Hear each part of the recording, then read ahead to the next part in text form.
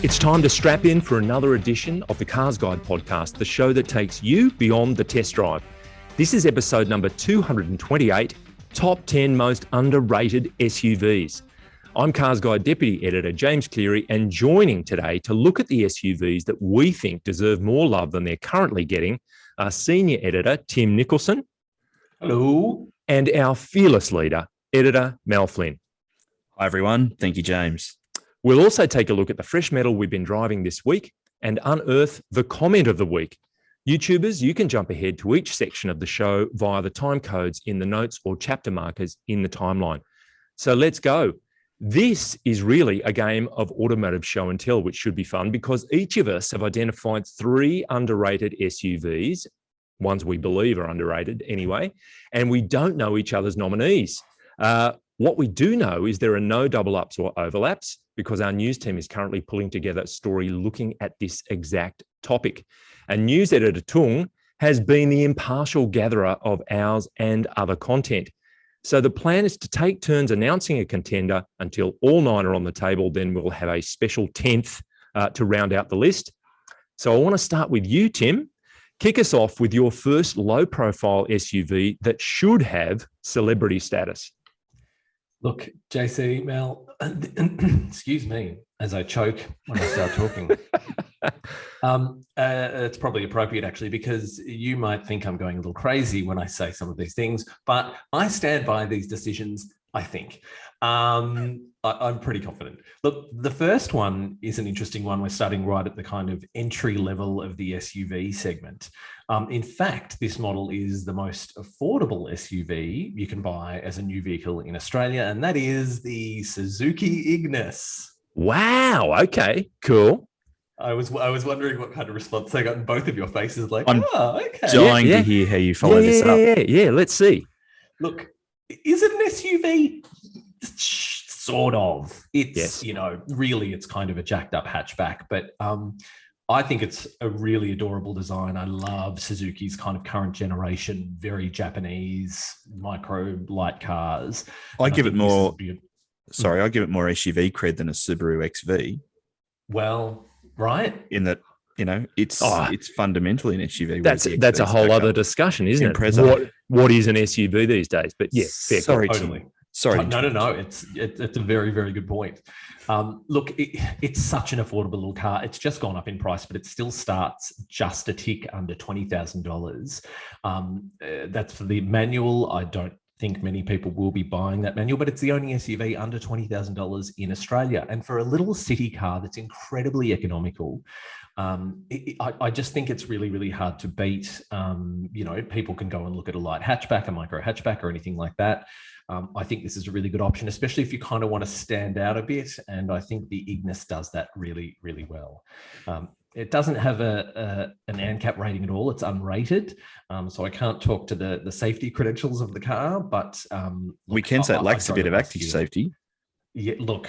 Yeah, well, it's a few years old now, isn't it? Yeah, it's getting on a bit. But look, I drove it, I think the year before last or last year, whenever the facelift came out, and it's just such a fun, zippy little car. Great. I'm a big fan of this car. Do you know what it makes me think? It's one of the few escapees from the Japanese domestic market that's made it here. It's representative of those very quirky, charismatic, individual little cars that we don't see. I love the look of it too. I'm with you. And full of design details that refer to a historic Suzuki model that no one's ever heard of. That's right. My favorite kind of retro, obscure retro. Yeah. Okay. Well, that is a flying start. Thank you, Tim.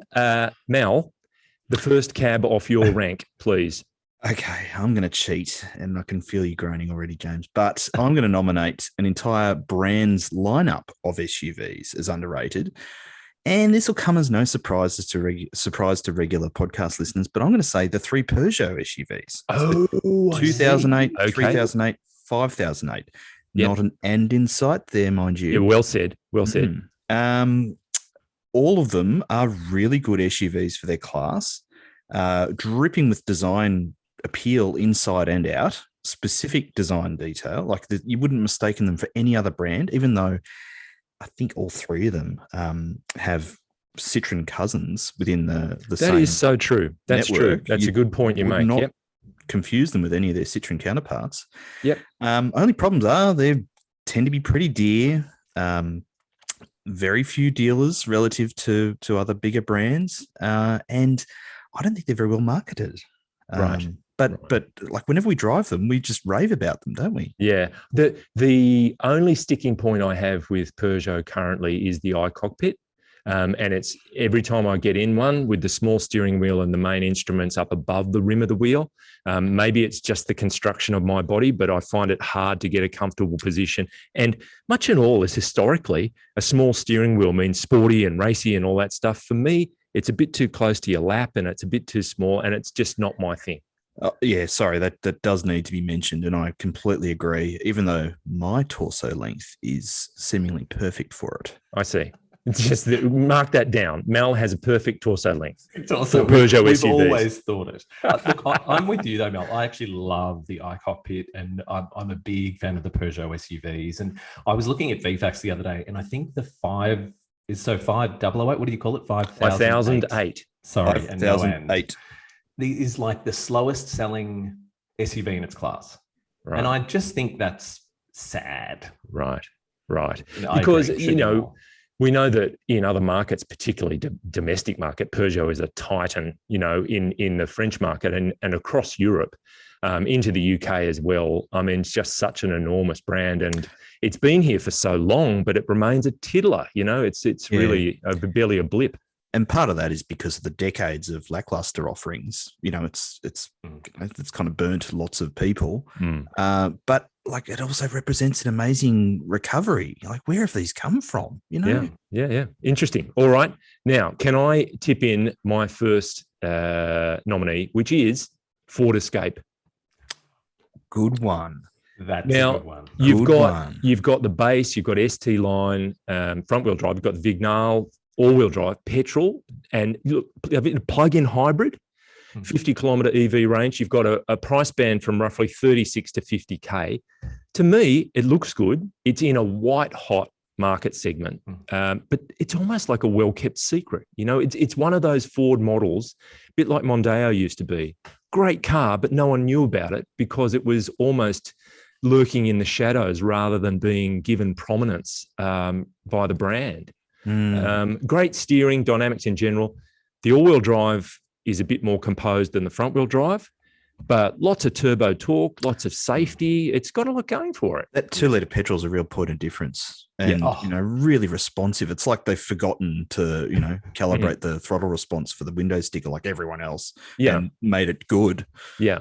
The sports car. The Puma gets so much love in terms of profile within the Ford lineup. It's just almost like the forgotten child, and I think it's got a lot to offer. Plenty of space, more than 400 litres in the boot for a relatively small vehicle is pretty good. The sliding rear seat thing, so you can adjust rear seating and load space. All kinds of storage. It's got Sync 3 for the multimedia. Cap price servicing, so many reasons to buy, but it just lots of Ford dealerships around for support. Yep. You think though, I do worry about Ford's marketing because they focus so much on Ranger and Everest, and then you have these brilliant cars like this, and as you mentioned, JC, the Puma. Yeah, like focus on these cars. And I emphasize the word focus because that no love from Ford, and where is it now? And it's so infuriating. Well, I suppose it's easy to be the marketing director when you're outside the company.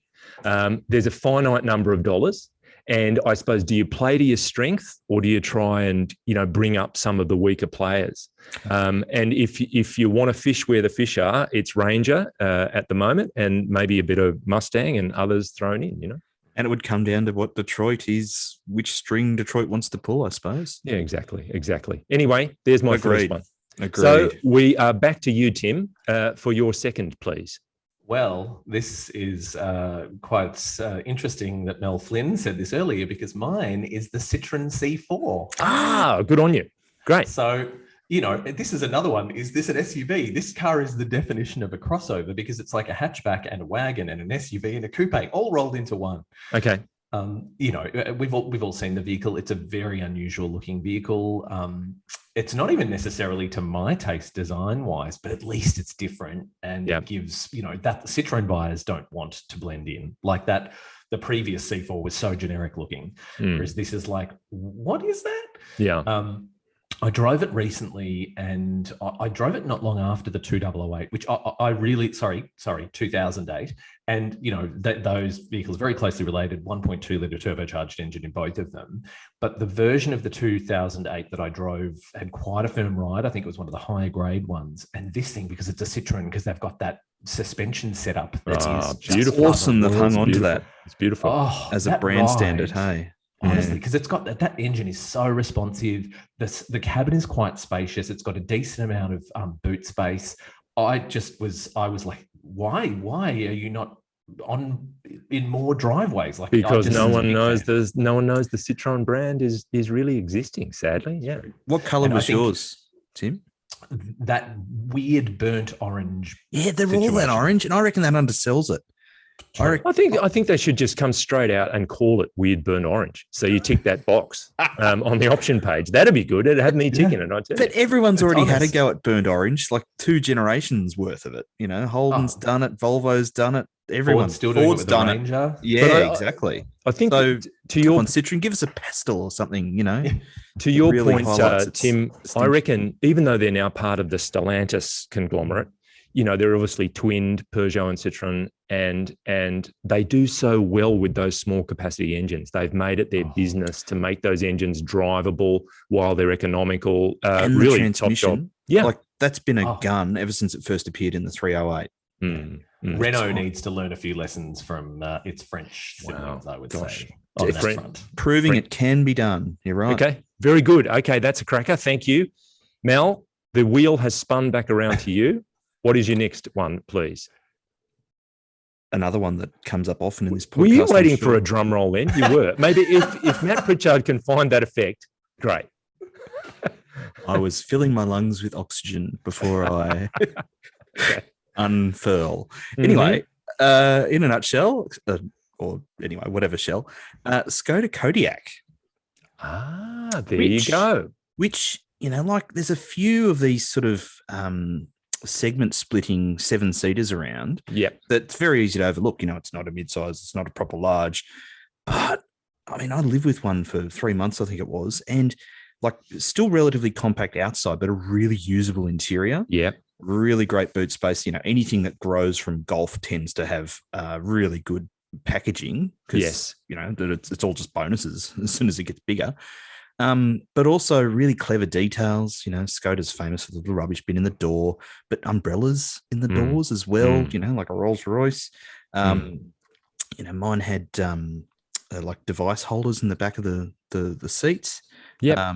Which you can put anything from an iPad to a phone. I was going to say, what kind of device, Mel? But yes, I presume it was some kind of multimedia device. There you go. Really, really clever thing. And, for anyone who needs occasional use 7 seats, but is daunted by a large vehicle or is wanting to avoid, perpetrating, environmental crimes by driving something giant. Yes. It's a very clever car. I reckon you make a good point. It's that word occasional. I think people need to be quite pragmatic and realistic when they buy a 7-seater because typically that will be occasional seating. So why go to a massive vehicle to get 7 seats when you know that you're only going to use them once in a while and probably for kids, And no matter how big the car is, the only people willing to or keen to go all the way back there, climb over the second row, tends to be kids. And they love it. It's and their little Flynn, world, they're small kids. Yeah, there you go. All right, well, that's a beauty. Now, can I just chuck in? I need to mention though, however, with the should point out though that with the current model, you need to spend Kodiaq RS money, which is still no small sum to get blind spot monitoring and recross traffic alert standard. Okay. Otherwise, it's optional, but something to be mindful of because that should be standard for the price. Very good. Okay, good to call that out. Now, I am going to go with, here we are, back at number 6, Merc GLB. Merc GLB, all right? I love this. From Mercedes-Benz's point of view, it seems to be all about the GLA and the GLC, and B is the forgotten letter in the Mercedes-Benz SUV alphabet. I, for one, love the way it looks. I quite like that upright stance. It to me feels assertive. The cool nose and tail treatment. It's seven-seater. The second row moves fore and aft. 565-litre boot. Lots of screens. The flexibility.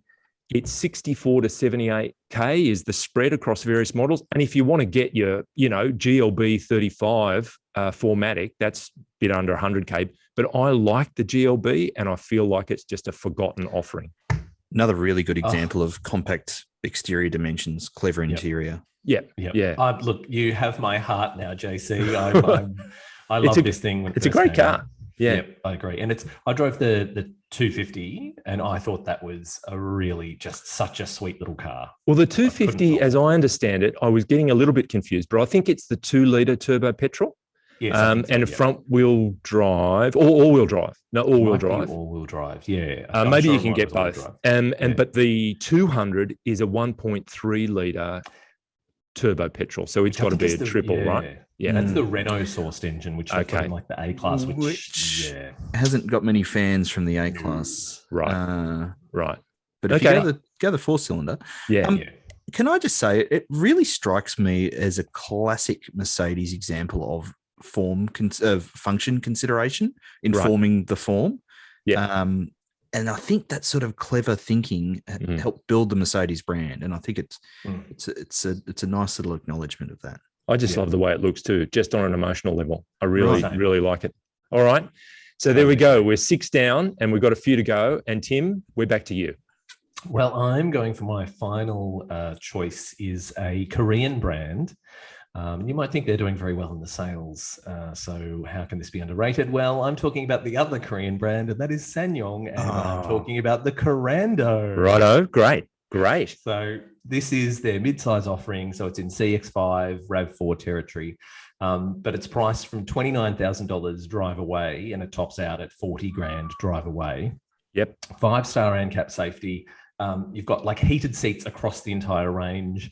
1.5-litre turbo petrol, and there's a diesel for the higher grade ones. It is packed with features, and it actually drives really well as well.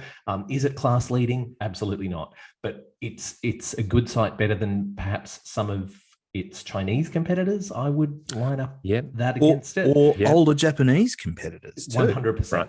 Right. 100%. I would probably have that over a current Model X Trail, to be quite honest. The Korando, it feels like there's some underground club where only members of that club know about Korando, and they buy it and they love it, and there's lots of positive vibe around it, but it's just not a big deal in the broader kind of market.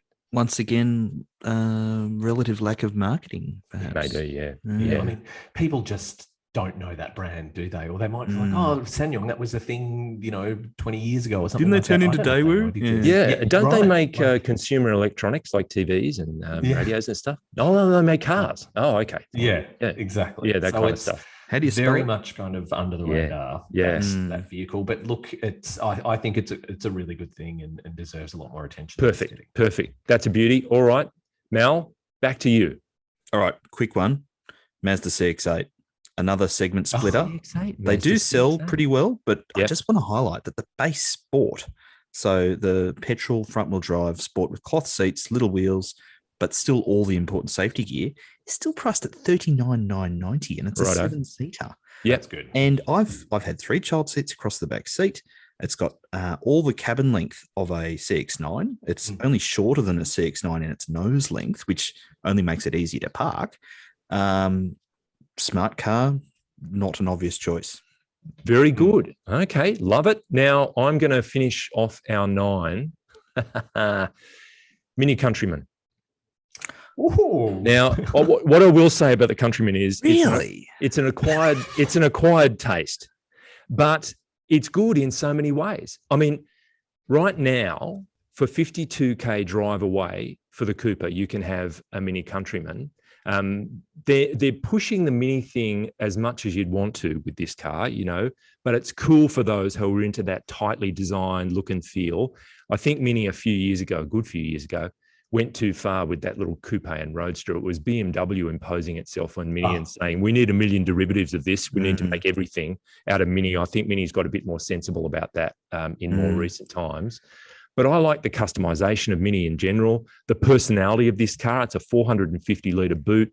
All of them get roof rails. You've got various models through base and then S and Cooper S. No, what do you got then? Hybrid and JCW. Oh, yeah. So it's got a lot to offer. And I think people are not quite polarized, but you're either a Mini person or you're not. But I think the Countryman has quite a lot to offer.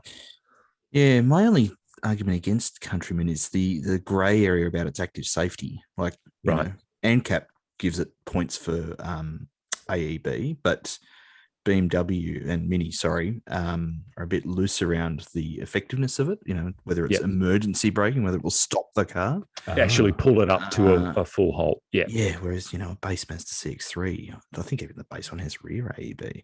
Right. Anyway, but agreed. Yep. Unsung hero. Yeah. Even though my money would be on a Clubman, but that's not an SUV or the top of this. And you know, when it comes to emotional, I like the original Clubman, the first Clubman with the offset doors. Oh yeah, I really enjoyed that one. In brown, barn door, back doors, all that stuff. Loved it. Yeah.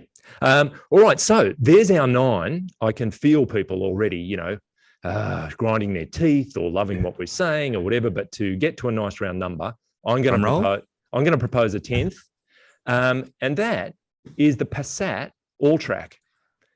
Oh, good one. You know, I see what you did there. Okay, so to me, it's like a well-priced all-road. You know, you're getting the all-wheel drive. You're getting the flexibility of a car that you can take on loose surfaces, some very light off-highway kind of duty. If you like the skiing, you can go there without any dramas, and yet it functions as a normal wagon so easily as well. I really like the idea of that car, and I think it's pitched at a common sense level rather than stepping all the way up to an Audi all-road. Surrounded by unpainted plastic, which is great for dirt roads. Yes. Relatively low centre of gravity compared to a full-scale SUV. But I do know that when you get cars off the mail, you are prone to painting the plastic. You mentioned that earlier off air. So if it's unpainted plastic, they sometimes go back to Volkswagen with all of that painted. But anyway. Yeah, that Passat is such a good thing. Like it is. I think the Passat range generally is fairly underrated. And I totally support that choice, 100%. There we go. So there's our top 10 most underrated SUVs. Tell us what you think in the comments. You might make comment of the week. You never know. But we will now move on to our own garage and cars that we have been driving recently. And Mal, could I kick off with you, please? It's an American machine. Fill us in. Jeep Compass Trailhawk. Yep. Which is a very interesting car in that it is as Tim pointed out in his recent review, the sole remaining diesel available in its class. You can only get it as a diesel. So it's pretty pricey at $52,000. And look, the thing is, the Compass, when it launched 4.5 years ago, wasn't the greatest car. It wasn't a new segment benchmark or anything like that. And even after last year's facelift, it's still not. Yeah. But very expensive. And so the Trailhawk, the other unique element is that it's kind of, suitable for off-road. You know, it's got highway terrain tires, a bit of ground clearance. It's got big red recovery points, front and rear. But is that what people want to do with a car in its class? Sure. Or is that what people choose a Forester for? Sure. I'm not sure. But as Tim pointed out in his review, it looks good, has everything right on paper, good packaging, etc. But crikey, it's expensive and it feels old, unfortunately. And I drove it home yesterday in the rain, and I haven't run a fuel figure yet, but I know Tim, I think you got an 11.2 test figure, which is a lot for any car of that size, regardless of whether it's petrol or diesel. So, you think a diesel would be impressive. Yeah. And the official figure is 6.9. So anyway, questionable. It's quite clattery for a diesel. Okay. It strikes me as an old design. But also those highway terrain tires in the wet, I found them to be lacking. Right. Maybe great for climbing hills, but I found them to be lacking. And it really says to me that Jeep really needs to refresh its mainstream model lineup. We're about to see Grand Cherokee finally in Australia next month. We know it's pretty pricey, but I really hope it can justify that price. Interesting. Do you know, whenever I hear the word or the description Trailhawk, I think of our mutual acquaintance, Tim Keane, who once edited Top Gear Australia magazine. The best caption he ever came up with was of a Trailhawk. He said, a Jeep. It was a caption of a picture. He goes, a Jeep on a trail, missing a hawk. Which I thought was brilliant. Okay. Now, thank you very much, Mel. Pleasure. Tim, we'll move on to you. What's been occupying your mind for the last week or so? So the last few days, I've been behind the wheel of, speaking of Mel's Mazda chat earlier, this is the freshly updated CX-5 medium SUV, and the grade that I've been in is the Akera, and it's a turbocharged petrol all-wheel drive. So it's the flagship of the range. I think it's the most expensive. Oh, sorry, the diesel Akera all-wheel drive is a few hundred more. Okay, but it's 53 grand before on-road costs, which is a decent amount of money for a CX-5, but it's very well kitted out, and the updates brought some pretty subtle styling changes, but I actually think they work quite well. Like the headlights and the tail lights, they've kind of squared off those, and I think that looks really good. But the body paint on the cladding below is a bit controversial. I don't know what you guys think of that. Mel just takes matters into his own hands and breaks out the paintbrush. Honestly. Yeah. Or the opposite. Oh, right. And you're the paint stripper. And take it away. This is not about me. This is about sorry. him. No, look, it's such a good thing. Like, this current CX-5 has been around for a few years now. There's newer competition. But again, I haven't spent an insane amount of time behind the wheel, but the time that I have, I just forgot how good it is. It's really quiet. It's that engine is so responsive. And the clever engine, isn't it? Smooth delivery. That transmission, I could not fault that drivetrain in any way, shape, or form. The ride is good despite the wheels. And just to remind everyone, it's basically putting the CX-9 engine in the CX-5. Yeah. Which is, that's right. Like a big, comfortable, torquey thing that just delivers its power in a relaxed fashion. The other thing is, in a smaller package. From a reputational point of view, CX-5 is almost RAV4 like, in the sense that it has such respect in the market. People just roll into another one because they've had such a good experience with the car before, and the whole Mazda experience is a positive one for them. It's got so much momentum in that way as well. Totally. And even size-wise, it's not one of the biggest medium SUVs out there. For me, I think it's a perfect size. Parking, it is great. In a few months, we're going to see the CX-60, which will sit a little bit above that as Mazda's first real premium offering. So it's going to be interesting to see if that has any impact on CX-5 sales, but bloody good car. So many tiers. I'm still a fan. So much slicing and dicing. Yeah. Can I just ask, Tim, what colour is your CX-5? Well, you'll be shocked to know, Mel, that it is Soul Red Crystal. Excellent. All right. Doesn't offend me, but the reason why I ask is they're getting a bit adventurous in their colours. And I saw one yesterday in the new kind of metallic coffee colour. Yeah. Oh, yeah. They're also doing that weird burnt orange as well, which is, I don't know how many people are going for it. Sorry, that was a joke that fell massively flat. Okay, now it's a Citroen colour. See that? That's a Citroen colour. Has Mazda done that? Can I not sure finish? they have. Can I finish this off? I'll before shutting the garage door, I'll just sneak this one in. The Skoda Kodiaq Sportline. So there we go, Mel. One of your nominees. So this one, it's a bit over $54,000. 2-litre 4-cylinder turbo, 7-speed dual clutch, 132 kilowatts, 320 Newton meters. All-wheel drive. The pluses for me, it's 7-seat. It's got the 7 seats in a relatively compact package. And as you mentioned earlier, it's classic Skoda, helpful, common sense design. You've got those little scuff protectors that come out from the front doors. That's genius. A couple of glove boxes.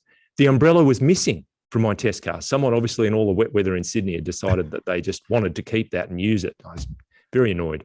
But it's comfortable, super well equipped screens. This car I thought looked great because you get the Sportline kind of black graphics, and the car itself was magic black pearl in terms of its color, and it looked great. This Synthetic suede material with leather on the seats as well, 20-inch rims. It really has presence visually. The thing I found on the negative side was in normal mode, it tends to bog down. Just in the standard drive mode, you put your foot on the accelerator and you want it to go, and it sort of thinks about it for half a beat or maybe even longer, and it's frustrating. In the sport mode, it's not so much. It gets revved up a little quicker. There is the RS if you want even more grunt, but I noticed that on several occasions. And you just grabbed sport mode just by pulling the transmission lever down to S? Yeah. Yeah. Oh, it's such a great Volkswagen Group trick. So it brings them to life. And I found that you mentioned that the balance between normal and sport these days is much better than it was maybe 5 to 10 years ago. Sport was quite aggressive and normal was very passive and economy focused. They've blended those a little better now. But anyway, I just found that the car would hesitate before it picked up the throttle and went. I think it's an impressive family option, but it's got tough competition. You think about Tiguan Allspace, but it's high quality and a thoughtful kind of very much in line with the Skoda ethos. It's a well thought out option as far as I'm concerned. Yeah. And there are a few more in that class. Outlander has 7-seat option. Yeah. X-Trail, and we're about to get a new X-Trail. Yep. But it's only a smidge smaller than Santa Fe and Sorrento in reality as well. Yeah. Very anyway, it was an interesting drive. I was pretty impressed with it. Okay, now talking about whether people are impressed or not, it's time for Comment of the Week. And Comment of the Week is sitting on top of the shipping container at the front of the CarsGuide forecourt. There's bunting, balloons. Here it comes. So we had Gerard 2 give us a rating for the podcast, 5 stars. So what he said was, this podcast is lighthearted, yet I still learn something each time I listen. They have really interesting and real-life topics, don't take themselves too seriously, and have fun. A great listen each week. So I think that's actually Crafty's mum. So thank you, Mrs. Craft. You can always count on her. Masquerading as Gerard 2. But that was an Apple Podcasts review, which I thought was worth giving ourselves a bit of a pat on the back with. And look, with that, we have reached the finish line. So I want to say thank you, Tim. Thank you, JT. And thank you, Mal. You're welcome, James. And thanks to our production practitioner, Dark Sky Defender and Duck Master, Mr. Pritchard, for his dedication to podcast craft skills. Today, he's wearing a T-shirt saying, "Duct tape can't fix stupid, but it can muffle the sound." Laser pants and Chewbacca boots. Nothing like a pair of Wookiees on your feet. Jump into the conversation. CarsGuide is on Facebook and Instagram, or email us at comments@carsguide.com.au. Apple Podcast listeners, please take a moment to rate and review the show. 5 stars is the preferred number. Thank you. If you enjoyed the episode, make sure to subscribe to the CarsGuide YouTube channel so you can stay on top of all our latest content. But before we go, made a bet with my neighbour that he couldn't get his car out of the garage within 2 minutes. As soon as we shook hands, you could see the regret spreading across his face. We both knew there was no way he could back out of it.